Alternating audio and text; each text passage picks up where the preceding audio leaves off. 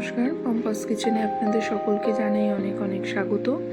আজকে আমি বানিয়ে দেখাবো নিরামিষ মাশরুমের রেসিপি। তাহলে চলুন শুরু করি। প্রথমেই আমি এরকম মার্কেট থেকে এরকম মাশরুম কিনে এরকম সুন্দর করে ছোট ছোট করে কেটে নিয়েছি।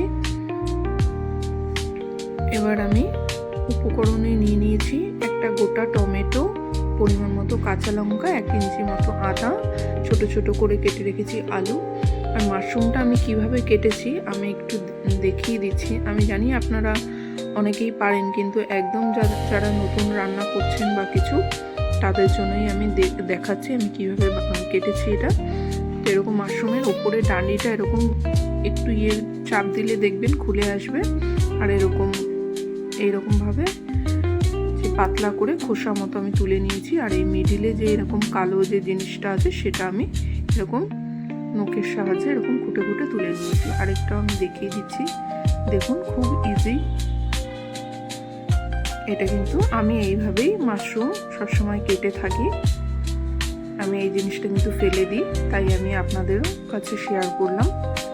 তো যাই হোক, মাশরুমগুলো কিন্তু আমি একটু গরম জলে ধুয়ে নেব। তো প্রথমে কিন্তু আমি মশলাটা বানিয়ে নিই। কাঁচা লঙ্কা, আদা, টমেটো, একটু গোটা জিরে, আর দিলাম একটুখানি জিরের গুঁড়ো দিয়ে জল দিয়ে আমি এটা একটা মিহি পেস্ট বানিয়ে নেব।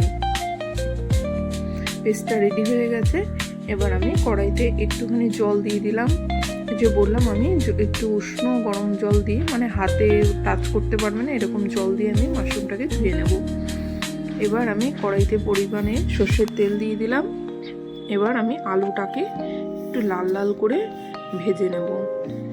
আমি দিয়ে দেবো অল্প একটু লবণ আর একটু হলুদ গুঁড়ো দিয়ে আলুটাকে একদম লাল করে আমি ফ্রাই করে নেব। একটু লাল করে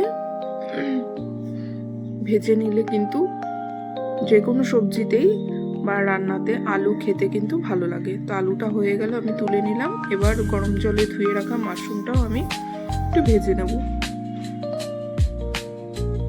মাশরুমটা দিয়ে দিলাম, দিয়ে এরকম নাড়িয়ে চাড়িয়ে আমি ভেজে নেবো। এর মধ্যে কিন্তু আমি লবণ হলুদ দেবো না, কারণ মাশরুম থেকে কিন্তু প্রচুর জল ছাড়ে। দেখুন অলরেডি জল ছাড়া শুরু হয়ে গেছে, তার জন্যই কিন্তু আমি নুন হলুদ দিইনি।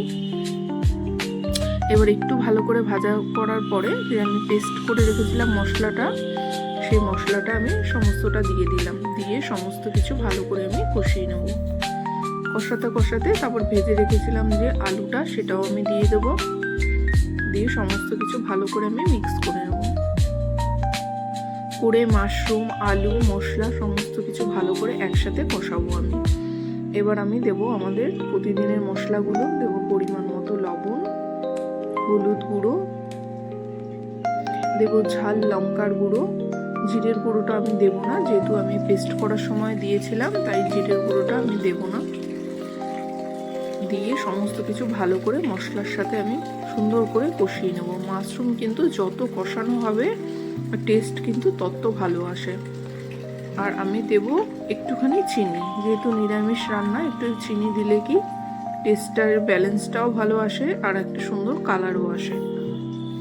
চিনিটাকে দিয়ে ভালো করে আমি কষিয়ে নেব। এবার আমি দেব পরিমাণ মতো জল। আপনারা যদি ঝোল খেতে চান তাহলে সেই বুঝে আপনাদের পরিমাণ মতো জলটা দেবেন। আমি খুব একটা ঝোল করব না, একটু মাখা মাখা হবে তরকারিটা, সেই বুঝে আমি ছোট্ট 1 বাটির মশলার বাটিটায় আমি জলটা দিয়ে দিলাম। দিয়ে ভালো করে মিক্স করে আমি 5 মিনিটের জন্য এটা ঢেকে দেব। 5 মিনিটের জন্য আমি ঢেকে দিলাম। 5 মিনিট পরে ঢাকাটা খুলে কিন্তু দেখুন কি সুন্দর ফুটে গেছে। এবার আমি একটু ভালো করে মিক্স করে দেব, যাতে সমস্ত কিছু ভালো করে সেদ্ধ হয়ে যায়। আবার আমি 5 মিনিটের জন্য গ্যাসটা স্লো করে ঢাকা দিয়ে দেবো। 5 মিনিট পরে তরকারিটা কিন্তু একদম রেডি হয়ে গেছে। এবার আমি দেখে নিই সমস্ত কিছু ভালো করে সেদ্ধ হয়েছে কিনা। তো আলু, মাশরুম কিন্তু সমস্ত কিছু ভালো করে সেদ্ধ হয়ে গেছে। এবার আমি এটা ফিনিশ করব।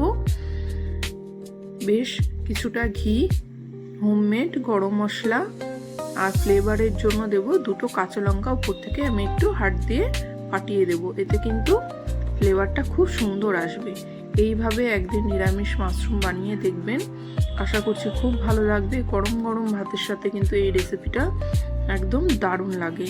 অবশ্যই বাড়িতে ট্রাই করবেন। ভালো লাগলে একটা লাইক করে দেবেন আর আমাকে কমেন্টে জানাবেন আপনাদের রেসিপিটা কেমন লাগলো। আবার ফিরে আসবো নতুন নতুন ভিডিও নিয়ে। ভালো থাকবেন, সুস্থ থাকবেন, সাবধানে থাকবেন, হেলদি খাবেন, হেলদি থাকবেন।